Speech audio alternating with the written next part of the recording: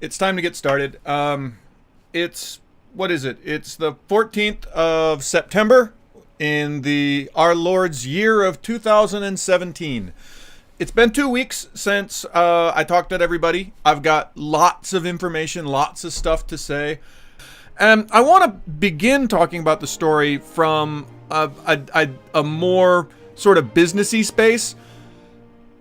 We released Legends of Callasia, and when we built Legends of Callasia, we didn't really give a crap about the story. And the reason we didn't really give a crap about the story is the game was predominantly a multiplayer game. We designed it as a multiplayer game. I'd always wanted to make a fun multiplayer game. And we talked about this over and over when we did Legends of Callasia.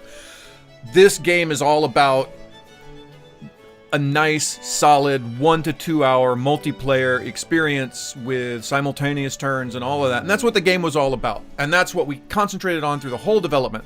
And we missed out one very important fact about game development that we should have known. I mean, this is game development 101, and it's ridiculous that we didn't know it, but we didn't. And by we, I mean me. If you build a game that is predominantly based on being multiplayer, and you do not immediately generate enough people that there's always somebody to play with in multiplayer, your game is going to suffer. And anyone who played Legends of Callasia knows this is part of the reason that Legends of Callasia didn't do as well as we hoped it would. I mean, it was a very good game, but in terms of how many people played it and how exciting it was to play a year or year and a half after, did it have a long lifespan? It didn't. And one of the reasons it didn't have a very long lifespan is because there's this cycle of you need this many users to make the game fun, to bring in more users, to get to this many users. And that cycle it's a very destructive cycle if you miss one part of that cycle. And while we did have a number of really dedicated users and we had some great people play the game, the reality was we didn't have the volume of users that we needed to really power a multiplayer game in the way that it needed to be powered. And that was part of the challenge of Legends of Callasia. When we started Last Regiment, we knew that we had to do something very different. We knew that we had to think differently about how we were going to generate that audience. And one thing I realized was there was this sort of silent minority of Legends of Callasia players who never played multiplayer. They went in, they played the single player game. They didn't show up for the live streams. They didn't show up to chat in the chats. They were just sort of a quiet minority of Legends of Callasia players that played the single player game. And we thought those people actually kind of got shorted. Because, I mean, just to be very factually honest, I did not spend a lot of time on the story. I did not spend a lot of time on building the game world. I didn't think anyone cared in a multiplayer game. And there were people that said, hey, we really do care. There were other people that said, hey, we really don't care. And sort of in the end of the development, I was like, oh crap, we need a story and stuff. And I started kind of rapidly trying to build a story and kind of pulling things from different places. That was the wrong thing to do. That was not the smart solution. What I should have done is what I'm doing right now with Last Regiment, which is start from the very base, build a world, build an environment, build characters, make something interesting that's fun, and then build a story within that world. And that's the way good games develop their game worlds. And so we're doing that. Now, you haven't seen much of that because a lot of this is happening in, a bunch of documents that I'm writing on my own. In fact, a lot of the team hasn't seen a lot of this. It's just something I haven't shared because it's not ready to be shared yet. But we're getting to the point where we have to start talking about these things. And one of the things that we start with is what do we draw from with this story? Where do we begin with this story? And this is why I think the cellos are actually quite important. This period, this Enlightenment period, this period, and I tried to find a year, and I looked for, in normal fantasy, we sort of pin a normal fantasy with the Middle Ages, whatever that is, a big hunk of the Dark Ages. It's got elves and orcs and dwarves and stuff like that. But when we talk about, the technology, or when we talk about, what do things look like, or what do clothes look like, or how do they talk, it all gets pinned to, something like 1900 AD, something like that, the period of Charlemagne, the time of Ivanhoe or, you know, Game of Thrones. That sort of environment is what we think of as a fantasy environment. And when we started building the lore for Last Regiment, when we started from the very beginning of the game, somebody said, can we not have it be the same as every other game? Can it not have the same orcs, same elves, same dwarves? Can it not have, you know, if we have dwarves, can they not have Scottish accents? If we have elves, can they not come from a, you know, a happier time and a sacred place and a blah, blah, blah. And all the shit that you know happens in fantasy. It all happens. So we said, well, where else can we bring our fantasy? Because we wanted fantasy. And part of the reason, to be very honest, why we wanted fantasy is I got this big group of artists in the studio that make really good fantasy art. I mean, if you look at Legends of Callasia, one of the strong points of Legends of Callasia has always been that it's got really pretty, beautiful fantasy art. Nobody can deny me that. Especially the character art was just really beautiful. And so we said, look, this is something we're good at. We're good at beautiful fantasy art. How do we change that? How do we change do we have the beautiful fantasy art, but how do we make new, different, beautiful fantasy art? And I said, well, what if we changed where we pin the history? What if we, instead of pinning the history during the time of Charlemagne or the time of the, 1066 and the invasion of the Battle of Hastings and the sort of things that people always pin their fantasy on, what if we were to pin that fantasy on a much later period? And what would that look like? What would a world look like where there were scientific developments? What would a world look like if we brought it all the way to even past the Renaissance, up into the Enlightenment period? And so I picked a year, and the year I picked was 1772, which is a quite advanced year in human history. 1772, we're almost to the American Revolution. We're into the colonization of the Americas. We're into the period where the British trading companies were all over Southeast Asia. The colonization of Indonesia and India and these other places had begun. This is a fascinating period of human history. What if we had that history in a world where magic did exist? What would it look like if there were a world in which all of this technology and this technological development and the kinds of armies and the kinds of social structures that existed in the 1770s, what if we took that world and added elves and added orcs and added goblins? What would the elf society look like in that world? How would elves have dealt with technological developments?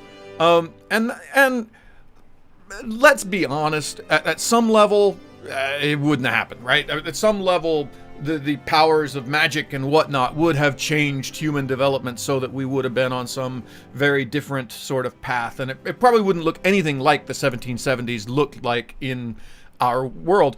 But what if it did? What if it did? Maybe that would be an interesting, because I mean, and this is the thing, it's fantasy. It doesn't have to be totally legit. It doesn't have to completely make sense. I mean, the Tolkien's world doesn't make any goddamn sense, right? The world of Game of Thrones doesn't make any damn sense when you start actually picking away at it, right? So our world doesn't have to make any more sense than they do. So what can we do that sort of on the surface makes sense and has some sort of surface coherency, but sort of at a deeper level, yeah, all right, it would not be elves and mages and, it's got dragons and stuff. It's different, right? So that's where I started. And we started looking at, because we're a strategy game, because we're a war game, we started with what do the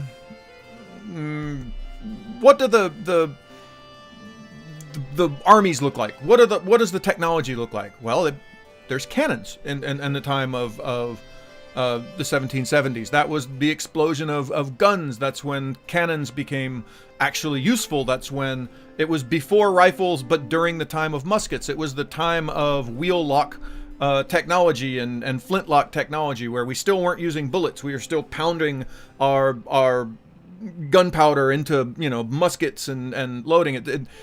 It's interesting to start thinking about questions like, and somebody over in chat actually just mentioned magical cannonballs, and that's exactly the sort of thing that we are looking at. Is, well, what if you did have magic? Would you need a steam engine in a world that needs magic? Wouldn't I have a magical device that turns? And if I had a magical device that turned, What would that magical device that turned allow me to do that a steam engine also allows me to do?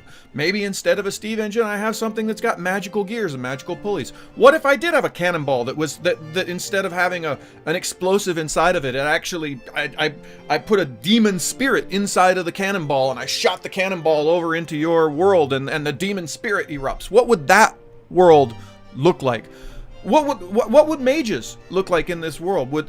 And importantly, because when we look at the 1770s, we're looking at a time of colonization and a time of trade and a time where people were finding themselves as nations. What our understanding of a nation didn't really exist until the 1600s, 1700s, is when nationalism actually became a thing. How would that work, right? And so this is the stuff that we're asking. And what I'm doing quietly in the background is I'm putting together a Bible of all of this information. Here's what time looks like. Here's what technology looks like. Here's what the different races are. And it all boils down to the period that we're in right now is called the Reconquest. And the idea behind the Reconquest is that there are a number of continents. There's one huge big continent called Kothia, and the continent of Kothia was colonized hundreds of years ago, and they had huge civilizations and huge cool stuff and all kinds of neat, and it had a heyday in its sort of back past, sort of in the sense of like the Roman Empire, something like that. But there were massive wars, and these wars involved magic, and these wars involved the creation of nature spirits that the elves brought from the woods, these crazy spirits that got out of control called the Woodborn. And the Woodborn take over huge parts of the world. An offshoot group of orcs decide that they can only fight this by praying to the god of the dead, and the god of the dead answers by creating a new race of infected creatures that are the shells of undead bodies that walk around covered in fungus and mushrooms, because that's what dead things are. They're eaten by fungus and mushrooms. And now the world is entirely sort of taken over by this massive proxy war between these crazy wood spirits and these undead creatures. At the same time, the technology is growing, and because all of the magic is based around taking the spirits out of things and sticking them into something, whether it's taking the spirits of dead creatures and putting them into dead things and creating these infected creatures, or whether it's taking the spirits of nature and giving them form through plants or structures like great feral spirits and letting them go around. The technologists decide to create these technological creatures, these constructs that are like golems. They're made out of wood or metal, and they have gears and structures on them, but they're imbued with a magical spirit that allows them to walk around and have some sort of sentience. And so the continent basically has a massive apocalypse, and that massive apocalypse involves these spirits that have been created taking over the world, and civilization is largely destroyed. And as civilization is largely destroyed, a number of the humans flee the whole continent and go back to the old world that they came from, and go on about their lives over there, sort of writing off that continent as like a bad place. We don't go there. Bad shit happens there. Fast forward a couple hundred years, they rediscover the continent. They go back, and they have created stronger and better technology, and with their stronger and better technology, and this is a more mundane form of technology, ships, cannons, guns, these sort of things. And with this new technology, they go back to the world of Kothia and try to conquer it. And that reconquest is the setting of our game. We are part of that reconquest. And that puts us, again, into that 1770s place, that place where France and England and Holland were going to the New World and discovering the New World. And there were people in the New World that they had to deal with.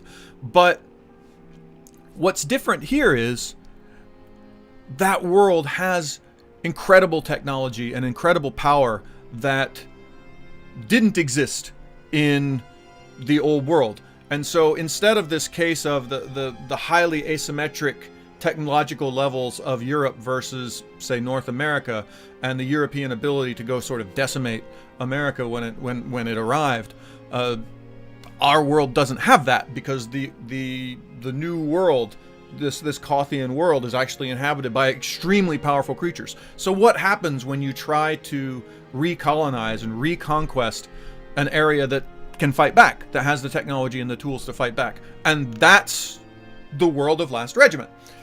Now, that's a big story. And obviously, you can't tell that whole story in a video game. That's not the story of our game. That's the setting of our game. That's the world that this game exists in.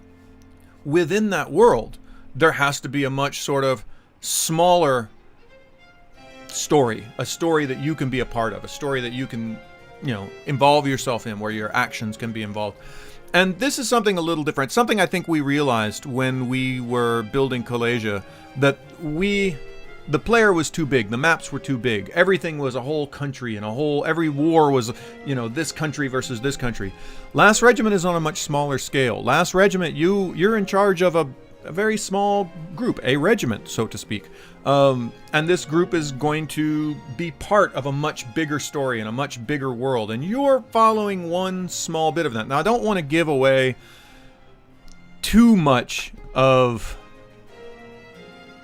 I don't want to give away too much of our story because A, I haven't written it yet. And B, well, we got to play it, right? That's kind of the whole point. But the short version is, you're one of the people on the side of the colonists, and you are going to the land of Kothia and exploring the land of Kothia and looking for something in the land of Kothia. So, that's the story. That's the world. If you're interested in what we're doing, that's it. And I hope that maybe gives you a better context for what some of this art is and why we have dragoons riding griffins and why do we have these jungle monkey creatures, these magical monkeys and all this other stuff. The reason behind it, this isn't just like Chris pulled a bunch of random stuff out of his butt and thought, yeah, look, monkeys, they're funny. There's actually a story behind all of this, and you're starting to see the parts of the story without the context of the story that may not make a lot of sense just yet. But as we get further along, it will make more sense. So, that's that.